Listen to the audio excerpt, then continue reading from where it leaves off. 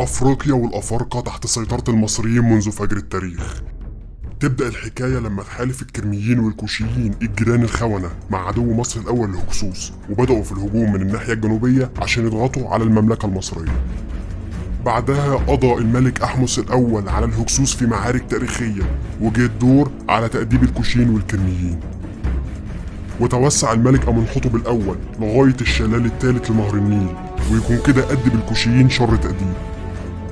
وصل الملك تحتمس الأول إلى العاصمة كرمة، وولع وحرق العاصمة بالكامل، وسجن الجنود الكرميين واستعبدهم.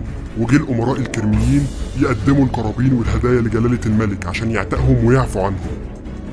أما الخاين الكبير ملك كرمة، علقوا الملك تحتمس الأول على مقدمة عربيته في طريقه من كرمة إلى طيبة عشان يبقى عبرة لمن يعتبر.